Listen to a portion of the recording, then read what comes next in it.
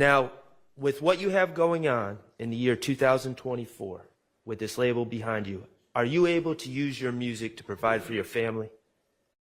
Yes. And your children? Yeah. Okay. And do you view your music, your experience in the music industry as a success? Yeah. Okay. All right. I want to talk to you a little bit about your efforts to break into the music industry, okay? All right. In those years before you were signed, you said you went to people's houses to record? Yeah. Why did you go to people's houses as opposed to the studio? I didn't have no money to book my own studio. You didn't have the funds? Yeah, I didn't have the funds to book a real studio session or my own studio session. Okay, and when we're talking about booking a studio session, I think I know what you mean, but I want to make sure everyone does. You have to rent the room, correct? Right. And then you have to also pay an engineer. Yeah, you got to pay the engineer. Yeah, like whatever he charged per hour. Okay.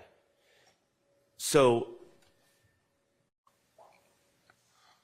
back then, when you didn't have those funds, you were recording in people's houses. How about your social media at the time? Alamo wasn't running your social media when you were, before you were signed, were they? No. Okay. Who was in charge of your social media? Me. Okay. And did you try to use social media to increase the public's awareness of you as a rapper? Yeah. Okay. Can you tell me some ways in which you would do that?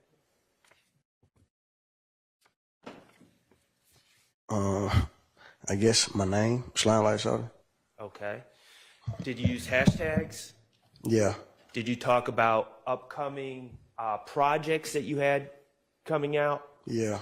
Did you include pictures of you at the studio or maybe the home studio working on your craft? Right, yeah. You wanted the people to know that you're on the grind, that you're producing music, correct? Yeah. You wanted people to know about you. Okay. Did you include references to YSL? Yes. In your songs? Yeah. And in your social media posts, correct? Yeah.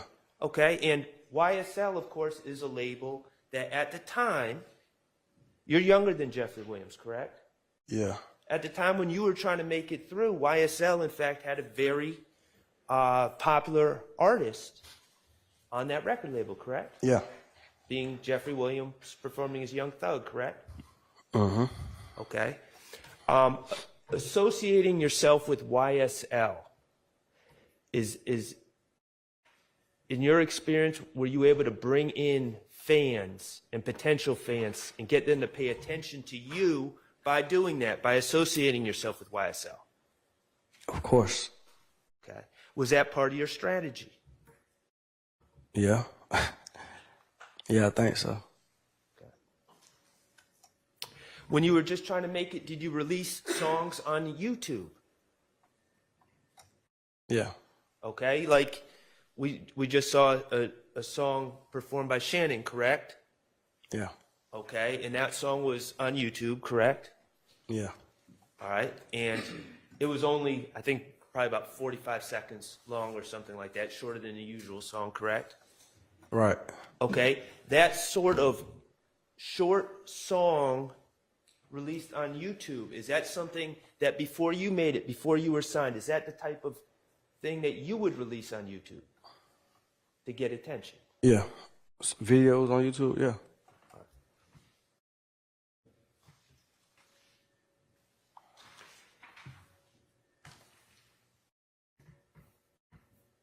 That vlog, we keep calling it,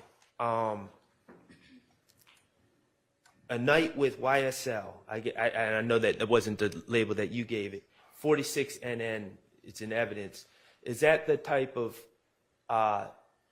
media that you would put on YouTube to garner attention to yourself? Yeah, rappers do that. Okay. Do you do that? I was a part of that one. Okay. Is that the only vlog you ever released to the internet? No, I don't think so. Okay. I So, never really released no vlog. I mean, like, I didn't release it, but I guess, like, you know, the cameraman, the camera crew that be around or whatever, they release it and name it whatever they want to, but yeah. but you took part in it. Yeah. You willingly took part in it, right? Mm-hmm. And you wanted people to see you on the internet because you thought that would boost your career and the number of people that would potentially buy your music, correct? Yeah.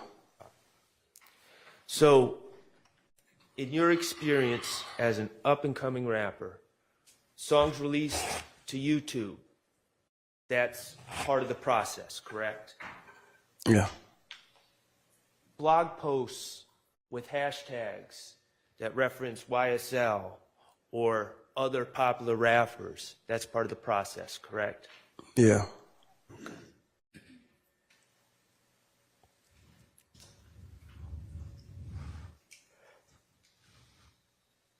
Now, let's talk about your relationship with my client, Mr. Stillwell. What year did you meet Mr. Stillwell?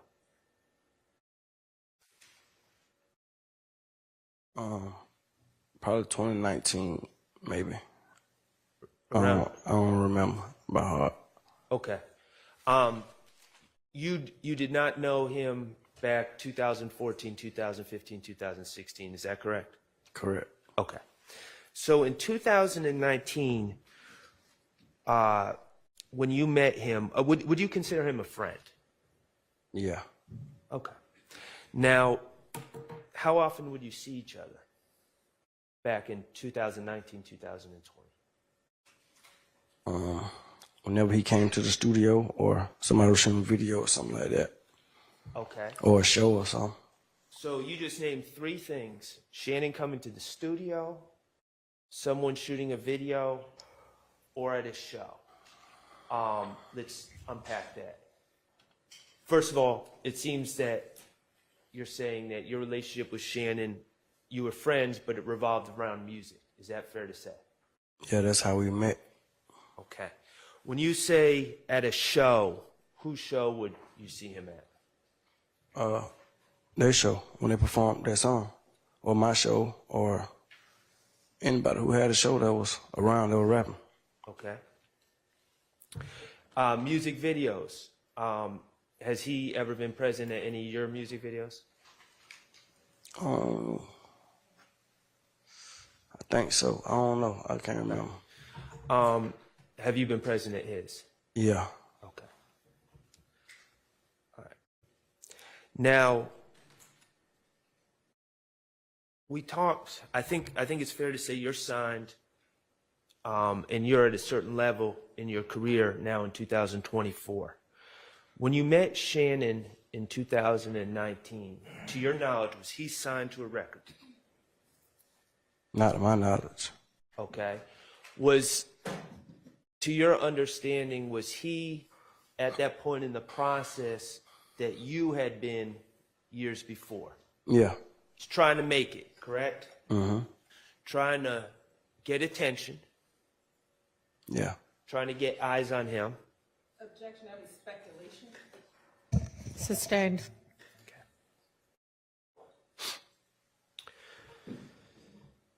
You mentioned seeing him at the studio. In that year, 2019, 2020, that time frame, how many days a week would you be in the studio? Maybe 4 or 5 days out of the week. Okay. And at that point, these 4 or 5 days of the week, that's Alamo Records paying for your studio time at this point, correct? Yeah. Okay. And what studios would they rent for you? It was different studios. I don't remember all the names of them, though. Okay. What area of towns were they? Like, Atlantic Station, like Northside Drive area. I don't know. Around that area, Northside Drive somewhere. Northside Drive, Atlantic Station. Were there any around Cleveland Avenue? It was a studio in Cleveland, but it wasn't labeled. They didn't book it. It was just somebody we knew. Okay. What about Unfolding Industrial?